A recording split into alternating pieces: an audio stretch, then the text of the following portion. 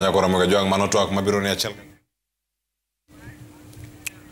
bila shaka Profesa George Magoha akiwa amekutana na baadhi ya walimu akitembea baadhi ya shule, kuwatembea shule ile ya Lights Academy, Mary Joy, ili kuangalia mtaala wa CBC. Lakini kabla kuweza kwenda kule, kwa tunazungumza kuhusu masuala ambayo yamezungumziwa pale ndani. Kitu ambacho nyadhifa ambacho magavana wengi ambao wanatafuta uongozi wanatizama nacho ni kuleta ule umoja katika kaunti, kwa sababu tumeona kwamba kumekuwa na madai ya kwamba gavana akiingia ataangalia ukoo wake katika nyadhifa, ima za mawaziri, manaibu waziri, nyadhifa nyinginezo, ama ataangalia kabila lake, ataangalia eneo lake. Kabla nikuzungumze utairekebisha vipi kwako wewe, hilo liliangazia vipi nyadhifa? Rashid, hiyo ni jambo yaweza katokea kutokana na baadhi ya magavana, lakini ikiwa wewe ni mtu una nia ya kuacha sera nzuri, ikiwa wewe ni gavana ambaye hakika wataka kuacha sera ya kupendwa na watu wako, huwezi ukafanya hivyo. Mimi kwa mfano nimehakikisha hapo awali nilipoanzilisha kaunti ya Garissa kwamba every part and every community, yani ile kiasi ambayo yawezekana, yani all the major clans wawe represented katika serikali yangu, ikiwa ni ministers, ikiwa ni chief officers. In fact, mimi hata nina sera na watu wa Garissa wana confirm hiyo kwamba wale ambao hakika walikuwa wakinipinga zaidi in opposition ama katika uchaguzi, ndio niliyopatia fursa kubwa sana ili wajihisi kama pia wako katika serikali yangu.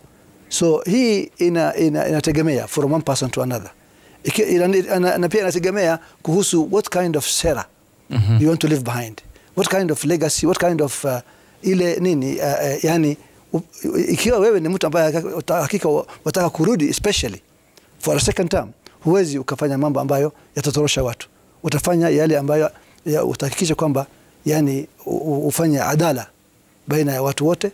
Isitoshe, na pia even in terms of projects, si tu upande wa kuwapatia watu wadhifa, na pia upande wa projects lazima uwe mwadilifu kuhakikisha kwamba projects zako zote ziende kwa different parts of the county kwa kiadala. Na alhamdulillah rabbil alamin, mimi nina fakhri nikisema kwamba nimefanya, na hii ni jambo ambalo hakika watu wa Garissa ndio nilifanya wao waniombe nirudi, ndio leo nikasema kwamba nataka kurudi tena.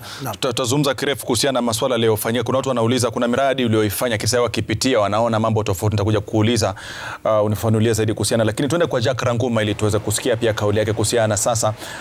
Jack Ranguma, upo kinyang'anyironi kwa ugavana, na unajua wazi kwamba siasa zetu hivi sasa zimeendekeza ama zinafuata mirengo na miungano ya kisiasa na mirengo na miungano ya kisiasa.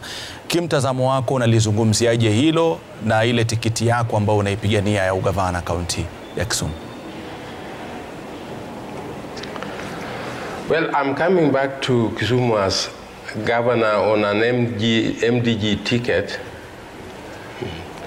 MDG is a member of Azimio, so we believe we are working together with the Azimio team to deliver both the presidency and the governorship of Kisumu. And I believe that I will clinch that seat, and because we are members of one house, we will compete together and ensure that the best person wins. Na pengine kuzungumza, maana katika hiyo miungano kuna vile vyama ambavyo vinaonekana kwamba ni vyama ambavyo vina ushawishi mkubwa na kuna vile vyama ambavyo vina ushawishi mdogo, na ikaja swala zima la watu wakasema kwamba labda pengine zoning ingefaa, wangesema zoning isingefaa. Kimaoni yako ndani ya muungano huo wa Azimio la Umoja wa Kenya, unadhani kwamba kuna usawa katika vyama na uko tayari kwa uchaguzi mkuu unaokuja? I'm ready for the elections, but I want to just say this, that in Kisumu specifically, there was no need for zoning. And we are, because the major competitor of the Azimio is not here in Kisumu. So it is just a brother against brother and sister against a sister. And we want to work together as a team to deliver for Kisumu both in terms of the number of people who turn up to vote and deliver on the presidency, but also between us to compete in a fair manner that will help to ensure that the best version wins, the best person wins the seat. Na Jack Ranguma, miaka mitano umetumikia watu wa Kisumu, miaka mitano gavana mwingine ametumikia watu wa Kisumu, unarudi unatafuta hicho kiti. Ni vitu gani viwili tofauti ambavyo uko navyo hivi sasa ambavyo ndio kama nguzo zako za manifesto yako ya uchaguzi unaokuja? And I did indicate to you that yes, I worked for the people of Kisumu for 5 years, and ideally it is not 5 years, because those of us who started the evolution I think we just worked for between 2 to 3 years.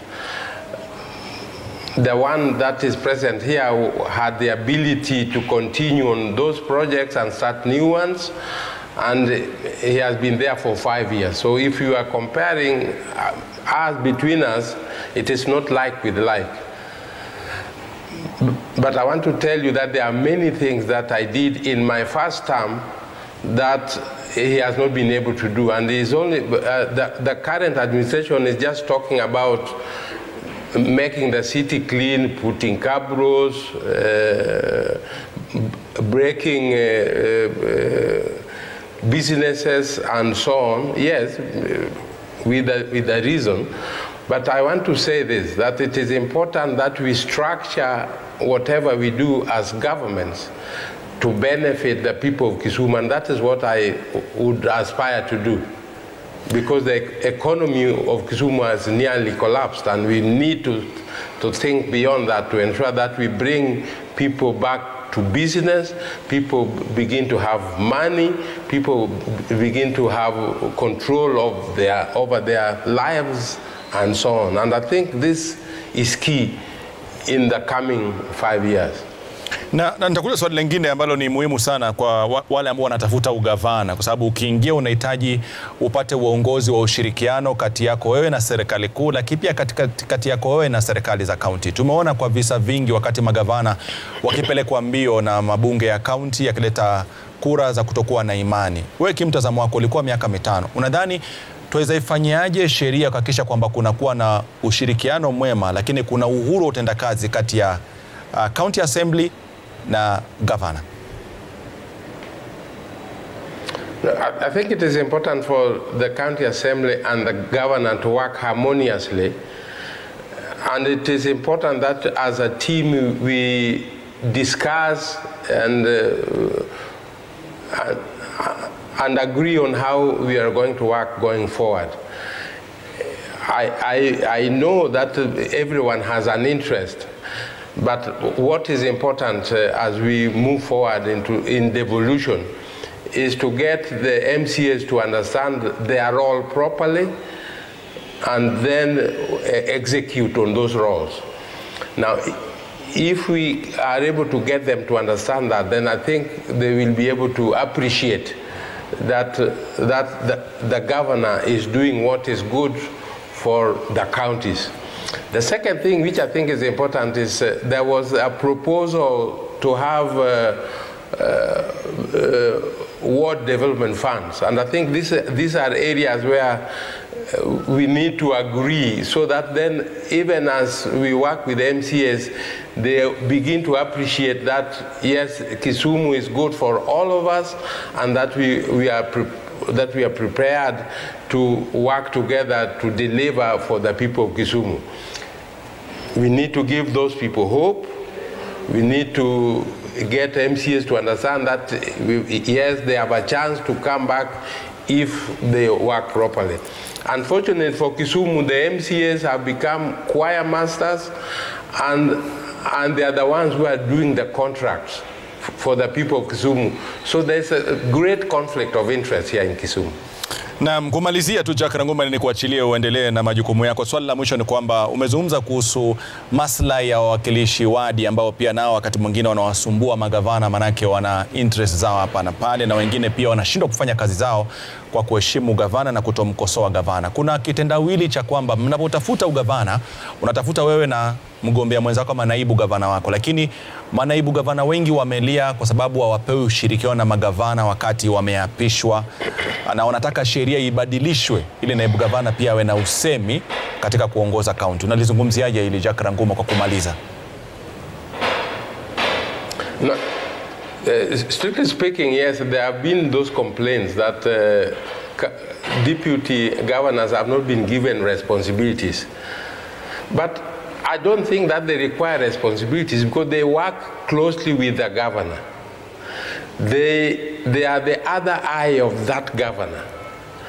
Just as we speak about the presidency, we must think about a governorship that works as a team. In particular, there are so many meetings here in devolution, and we want somebody to attend a meeting, but then there must be somebody remaining at home to deal with the issues. So it is actually a governor in waiting as he sits there. The biggest problem that our deputy governors have had is that they want a docket with the money put into it. But I don't think that is a solution for the future. The solution is, if it is a governorship that is being worked on by two people, that docket is controlled by those two people. And consultation and sharing, I think, is the most important thing as we go forward. The problem that I have seen also in the past is that you are given a deputy that you are not in sync with. Yeah, you should not be given a deputy. You should select your own.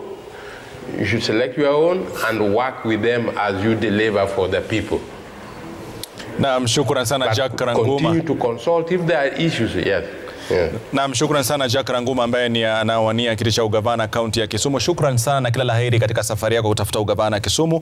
Alikuwepo mwaka 2013, mwaka 2017 kupata kura za kutosha, narudi mwaka 2022. Jukumu mweza kuangalia sera za wagombea wote ugavana Kisumu, alafu baadaye wana wa Kisumu wajifanyie maamuzi ya busara. Labda pengine amezungumza hoja ambayo sasa ipotee kwa sababu kwa mfano kwa maeneo ambayo yanachaguliwa kama kuna cause na kuja negotiated democracy, mnakaa unasema kwamba nyadhifa jama si tumeweza kukubalia. Wao pia watakuambia kwamba tungependa naibu wako wawe huyu kwa sababu anatoka eneo fulani. Na unamsikia pale Ranguma anasema kwamba kuchaguliwa naibu wa gavana bila wewe kuangalia maadili na mienendo wa naibu wa gavana kunaleta shida mbele ya safari. Wewe kama nyadhifa hivi sasa, gavana ama naibu wa gavana uliye naye, ni maamuzi yako ama lazima uweze kuwasikiza wazee? Rashid, hilo jambo yategemea pia from one area to another area. Sisi kwa mfano kule North Eastern Province, kawaida wazee wana usema wana kivyao ya kuangalia maslahi ya uchaguzi.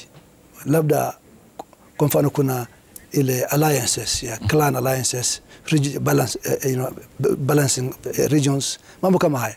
So saa zingine utaona kwamba kuna recommendation ya mtu fulani awe ni deputy wako, lakini sio tu utamchukua, pia utaangalia credentials zake, utaona kama hakika anafaa. Lazima awe anafaa kwa mambo mengi. Kwa mfano lazima awe akifaa kwamba pia atakuja na votes nzuri, awe akifaa kwamba ana sera nzuri, ni professional ama ni mtu ambaye mtaalamu amesoma vizuri, mambo kama haya. Kwa hivyo lazima wewe kama governor ama candidate wa governor uridhike na huyo mtu, ingawa labda amechaguliwa ama he was recommended to you, lakini pia lazima uridhike. Uweza kuridhika. Na ndio pale tumesema kwa sababu kwamba utaletewa na wazee kwa sababu wameangalia koo na nini na usawa wa koo zile, lakini paka utaangalia hata kama ni koo fulani lakini sitaki Rashidi, naomba tuchukue yule kwa sababu maadili yake yako sawa. Lakini hapo kumekuwa na shida, maana kumekuwa kwa miaka 5. Sijui kwamba ulipitia ile kwamba kuna vuta ni kuvute baina ya bunge la county na gavana. Umemsikia pale Jack Ranguma anasema wote wana ndoto ya uongozi kwenye nyadhifa zingine. Wakati mwingine wanampa gavana wakati mgumu, akisema afadhali pia wao watatengezewa pesa za wodi angalau kidogo watulize ule moto walionao. Nadhani hiyo ndio suluhisho peke yake. Si hiyo tu. Ni mojawapo ya labda solutions, lakini umuhimu zaidi mimi vile naona ni kwamba wewe lazima uwe na mpango ya kivyako kama gavana ya kufanya kazi na hawa MCS. Lazima kuwe kuna rapport fulani una develop nao. Kwa mfano lazima from the budget, si tu ati lazima, si sharti iwe tu lazima ati World Development Fund, even from other normal fund, yani hile development zako za kawaida ambayo wewe umewapangia regions, uhakikishe kwamba huyu mtu pia ile ward yake pia anapata hizo developments. Unapatia support ya yeye pia hata kibinafsi. I mean in a way that wao wakienda kuzuru ward zao from they are entitled. Kuna entitlement zao ambayo hakika ukiwapatia vizuri hawatakuwa na shida na wewe.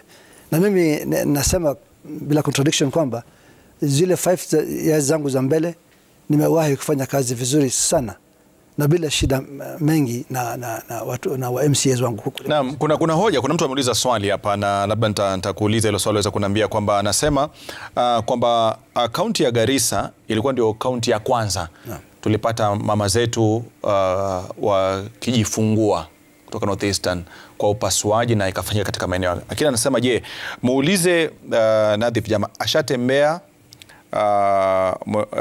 kama sikosei majina aliandika vizuri kwamba ushatembea Mbalimbali, ushatembea Modogashi, ukaona sehemu ambazo mlizifungua nyinyi zikoje kwa hivi sasa? Ushatembea kukoje? Maana anasema kwamba huko ndio ulianzia haya mambo. Je, ushatembea ukaona kwamba mradi ulioanzisha ukoje? Sijajua anamaanisha nini, kwamba sijui kwamba anamaanisha kwamba kuna nini. Mimi nishafahamu vile anavyosema. Anasema kwamba ni kweli kwamba Mbalimbali na Modogashi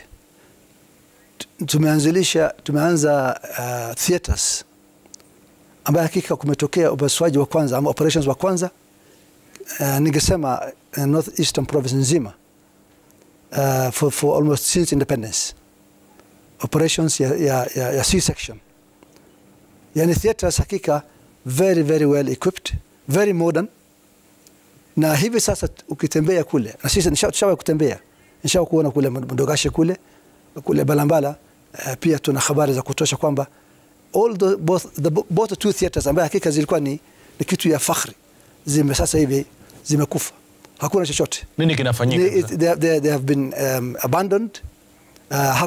The entire facility is abandoned, hazifanya kazi tena. Na kama wewe uliyekuwa pale, kama kusema zile machines, zile equipment zote, they're just rusting away in those places. There's nothing going on. Hakuna service, hakuna chochote.